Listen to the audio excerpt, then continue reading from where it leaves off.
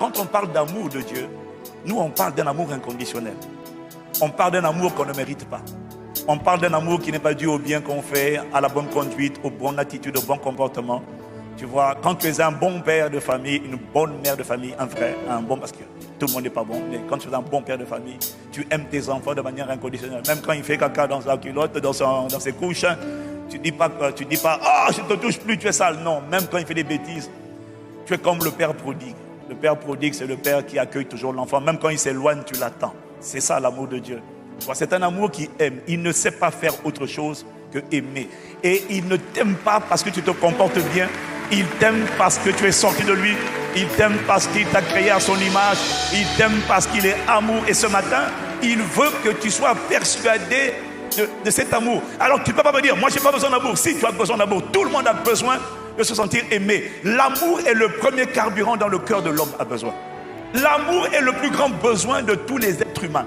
Parce que c'est la disparition de l'amour qui a causé les catastrophes qu'on voit. La méchanceté, la haine, les divisions, les disputes, les rivalités, les ségrégations raciales, les divisions. Tout ça vient de la disparition de l'amour. Voilà pourquoi la Bible dit que l'amour est l'accomplissement de la loi. Dieu est amour et tu as besoin de cet amour. L'amour est la base et la clé de ton estime personnelle, de ton appréciation de soi-même. Pourquoi est-ce qu'on n'est pas tous au même niveau dans la vie, dans nos émotions, dans nos sentiments? Parce qu'on n'a pas tous grandi avec la même quantité d'amour. Plus tu as reçu l'amour, plus tu es simplement heureux et comblé. Quelle que soit ta face, ta grâce, ton visage, quelqu'un qui était shooté à l'amour, boosté à l'amour, tu peux lui dire vilain, il est sûr qu'il est beau parce qu'il a été comblé de paroles. La beauté ne vient pas du visage, elle vient des paroles qu'on a entendues. Des paroles d'affirmation, des paroles d'encouragement, des paroles d'appréciation. C'est ça qui fait la beauté. Ce n'est pas le corps physique, ce n'est pas ton apparence. Non, en vérité, ce que tu penses de toi-même est basé sur les paroles d'amour que tu as reçues ou les paroles de mépris, de diminution, de rabaissement que tu as entendues. Ce sont toujours les paroles que tu as entendues qui ont dressé en toi le portrait que tu as de toi. Et je suis venu te dire que quelles que soient tes fautes, tes manquements, Dieu est amour. Il t'aime comme tu es. Tu n'as pas besoin de le mériter. Il respire l'amour. Et il sait que tu as besoin d'amour. On a tous besoin d'amour. Parce que je connais les hommes. Les femmes savent. Mais les hommes, nous, on aime faire le dur. Oh, moi je pleure pas. C'est pas grave. Mais tu as besoin d'amour. Tu as besoin de te sentir aimé. On n'a pas besoin de convaincre les femmes qu'elles ont besoin de se sentir aimées. Mais tu vois, le monde de l'homme étant un monde de l'ego, de la fierté, de l'arrogance, de la performance. Moi, je m'en fiche. Non, mon gars. La raison pour laquelle tu es amer, la raison pour laquelle tu es en colère, la raison pour laquelle tu es découragé, la raison pour laquelle tu es frustré, la raison pour laquelle parfois tu tombes dans la dépression, en fait, à la racine, à l'origine, c'est parce qu'il te manque l'amour. Il te manque l'amour. L'amour est le carburant dont ton cœur a besoin. L'amour est le baume.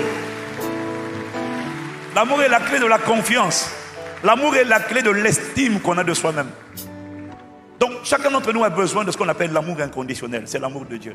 Il n'y a que Dieu qui aime de manière inconditionnelle. Et lorsqu'on est rempli de l'amour de Dieu, on se met à aimer également de manière inconditionnelle. La raison pour laquelle tu es en colère, c'est parce que tu as besoin d'amour.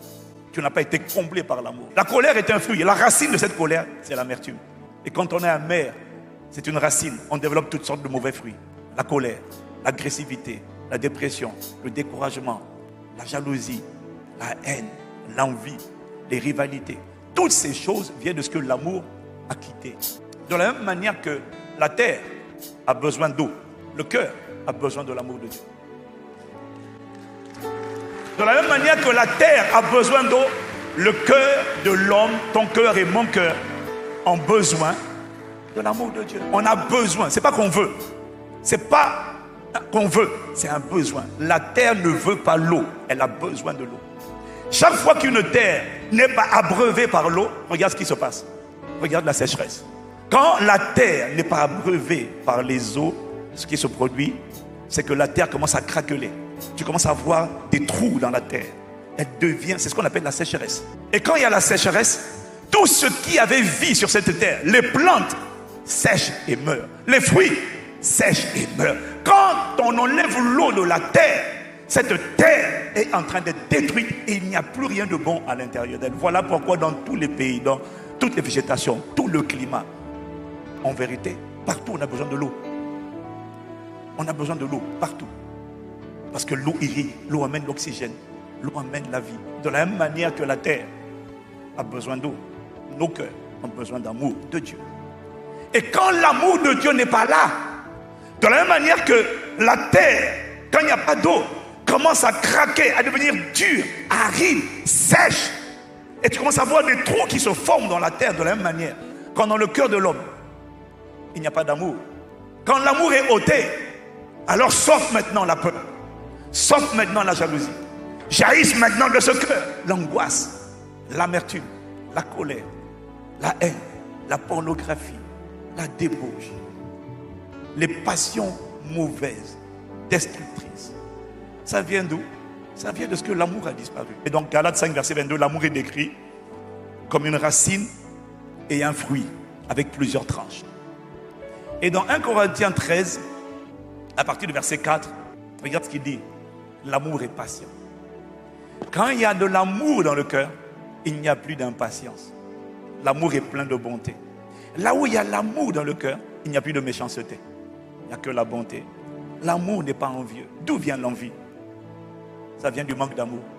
Quand il y a l'amour dans le cœur, on ne se sent pas envieux. On n'a pas peur des autres. On n'est pas jaloux des autres. L'amour ne se vante pas. Quand il y a l'amour dans le cœur, on n'a pas besoin de se vanter. On n'a pas besoin pour exister de faire le fier et d'écraser les autres, de mépriser les gens. Non, l'amour ne se vante pas. L'amour ne s'enfle pas d'orgueil. Quand on est rempli d'amour, l'orgueil est un signe de faiblesse. L'orgueil est un signe que tu ne te sens pas aimé. Quand tu te sens aimé, tu n'as pas besoin de te monter au-dessus des autres. Tu es à l'aise avec l'égalité. On est ensemble, on est une famille, on est tous égaux devant Dieu. Je n'ai pas besoin de monter sur toi. Vouloir monter sur les autres, c'est un symptôme, c'est une preuve que l'amour ne remplit pas ton cœur. Quel amour? L'amour de Dieu. Et tu as besoin de cet amour pour être en paix avec toi-même. L'amour ne fait rien de malhonnête. Tu vois, la malhonnêteté, le comportement malhonnête. Oui, tu ne voyais pas le rapport entre être malhonnête. Mais oui, quand tu es malhonnête, c'est parce que tu manques d'amour. Quand l'amour va te remplir, tu n'as pas besoin d'être malhonnête. Tu n'as pas besoin de mentir, de voler, de tricher. Non, ce n'est pas vrai. Parce que l'amour est extraordinaire. C'est une puissance. C'est un seul mot. Mais il y a plusieurs vertus à l'intérieur. C'est un carburant, c'est un remède, c'est un baume qui emmène tellement de bienfaits, de vertus à l'intérieur de toi. L'amour ne cherche pas son intérêt. Ça veut dire que l'amour n'est pas égoïste. Quand tu es égoïste, égocentrique, c'est la preuve que tu n'aimes pas. L'amour de Dieu ne te remplit pas. L'amour ne s'irrite pas. Quand il y a l'amour, il n'y a pas la colère. La colère est une preuve que le carburant appelé amour est défaillant chez toi. L'amour ne soupçonne pas le mal. Il ne se méfie pas. Il n'est pas dans la suspicion. Attention, tu vas tromper. Non, l'amour te fait aimer toi-même. Et l'amour te fait aimer les gens. L'amour ne se réjouit pas de l'injustice. Il se réjouit de la vérité. Verset 7. L'amour pardonne tout. Quand tu ne pardonnes pas, ça veut dire qu'en fait, il te manque l'amour. Tu as besoin de recevoir cet amour. L'amour croit tout. L'amour espère tout. L'amour à la fois. L'amour à la fois, il croit tout. Quand tu es rempli d'amour, même quand quelqu'un se comporte mal aujourd'hui, tu es convaincu qu'il peut changer par la grâce de Dieu. L'amour te remplit de foi. La foi est dans l'amour. L'amour espère tout. L'amour supporte tout. L'amour ne périra jamais. Et ma Bible dit, dans Romains 5, au verset 5, que cet amour de Dieu-là a été répandu dans nos cœurs par le Saint-Esprit. En fait, le gospel, c'est un message que Dieu adresse à l'humanité, que moi je vous aime. 1, je t'aime. 2, je vais mettre cet amour en toi. Tu en as besoin. Ne fais pas le dur. Ne dis pas moi, de toute façon moi. Non. Surtout quand tu es dans les gangs, quand tu es dans les mauvaises fréquentations, tu es tellement rempli de colère, d'amertume. De toute façon, j'ai besoin de personne pour vivre. Non. Quand tu parles comme ça, tu as besoin d'amour. Et cet amour-là, c'est ce que Dieu veut mettre en toi. Et pour qu'il le mette en toi, il faut juste que tu te connectes à l'arbre, Jésus. Il est la source de l'amour.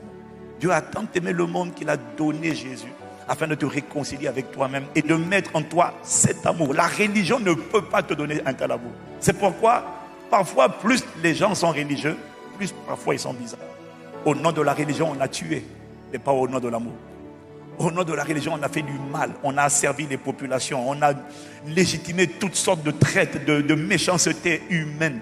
On a dit au nom de la religion, ce n'était pas au nom de Dieu. Parce que Dieu est amour.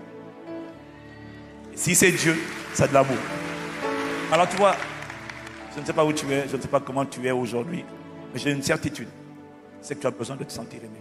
Et maintenant, quand tu donnes ta vie à Jésus, cet amour dont je parle là, Jésus vient habiter en toi et il est amour. Alors du coup, il répond à l'intérieur de toi un amour que tu ne connaissais pas. C'est cet amour-là, quand je l'ai reçu en 1995, qui a fait de moi une personne qui était un coureur de jupons. Oui, parce qu'à l'époque, j'étais mignon, tu comprends? Oui. Donc, c'est cet amour-là qui a transformé un coureur de jupons en une personne qui, pendant quasiment 5 ans, n'a pas touché une seule femme. Il s'est marié, il n'avait jamais embrassé sa femme sur la bouche. Et il a juste eu envie de se préserver, comme le dit la parole de Dieu. Et il s'est marié, il n'avait jamais touché à sa femme avant son mariage. Sortir un coureur de jupons de là et l'emmener à devenir un tel consacré et passionné de Dieu. Mon ami, la religion n'a pas réussi. J'ai grandi dans la religion, je n'ai jamais changé. J'allais à l'église avant de rencontrer l'amour. J'allais à l'église pour chercher les filles. J'avais des plans rodés. J'étais un stratège en séduction. Je me mettais au bon endroit. Je localisais d'abord la sœur. Et puis je me mettais juste parce que je savais qu'il y avait un moment du culte où on disait dans la charité de Christ, donnons-vous un signe de paix. Donc j'attendais cet instant-là. Et puis là je me tourne vers elle. Je dis bonjour. Et puis après je la retrouve à la fin de la messe. Et je dis on s'est vu tout à l'heure, bonjour. C'était mon approche, parce que c'était la mienne, hein, tu comprends? Donc voilà, j'étais religieux. J'ai grandi dans la religion. Mais je n'ai pas grandi dans l'amour de Dieu. Jusqu'à ce que je rencontre l'amour de Dieu. C'est de ça qu'on parle, ce n'est pas d'une religion. La religion, c'est l'emballage dans lequel les hommes ont enfermé Dieu. Dieu n'est pas dans un emballage. Dieu est esprit, Dieu est amour. Quand on parle gospel, on parle d'un amour inconditionnel avec lequel Dieu t'aime. Mais ce n'est pas suffisant en fait que Dieu t'aime. Dieu veut mener cet amour en toi. Pour que tu apprennes à t'aimer et à aimer les gens. Quand cet amour va rentrer en toi, ta vie change. Parce que c'est un amour qui te guérit de l'intérieur. La sécheresse causée par la peur, la pornographie, la prostitution. Beaucoup d'entre nous, on a des comportements, mais en vérité, au plus profond de toi, tu fais des choses que tu n'as pas envie. Parfois, on a juste assez d'être amer, assez d'être jaloux. Tu en as assez de menacer les gens. Tu en as assez d'être un bandit, un violeur. Tous les mots. Tu en as assez parfois du péché. Le problème, c'est que tu es un esclave, un prisonnier du péché. Et qu'est-ce qui te délivre de ça? C'est une personne qu'on appelle Jésus qui vient en toi. Et quand il vient en toi, il vient avec un entrepôt, un dépôt d'amour que tu n'as jamais connu. Et c'est cet amour-là qui brise tout en l'intérieur de toi. Et puis il fait de toi une nouvelle personne qui n'a plus envie de haïr, qui n'a plus envie d'aimer. Non, tu n'as pas atteint la perfection. C'est un voyage. Néanmoins, quand tu le reçois, une histoire nouvelle commence. Une vie nouvelle commence, une nouvelle personne commence. Si tu l'acclames, acclame Jésus, la source de l'amour. Acclame Dieu le Père, la source de l'amour. Oh, moi je ne sais pas pour toi, mais je reconnais que j'ai besoin de me sentir aimé. J'ai besoin de me sentir aimé. Et si tes parents ne t'ont pas aimé, si tes amis ne t'aiment pas, si tes professeurs ne t'ont pas aimé, il y a un Créateur qui t'a créé et qui lui t'aime d'un amour éternel. Et il veut le répandre à l'intérieur de toi par son Esprit Saint. C'est ça le message de l'Évangile. C'est un message d'amour. Tu as besoin de cet amour. Tu as besoin de cet amour. Tu as besoin de te sentir aimé. Tu as besoin de te sentir pardonné. L'amour pardonne tout. Dieu veut te pardonner. Il suffit seulement que tu viennes à Jésus et que tu reconnaisses que Jésus est le chemin, la vérité, la vie qui mène à la source de l'amour, à Dieu le Créateur qui t'a tant aimé.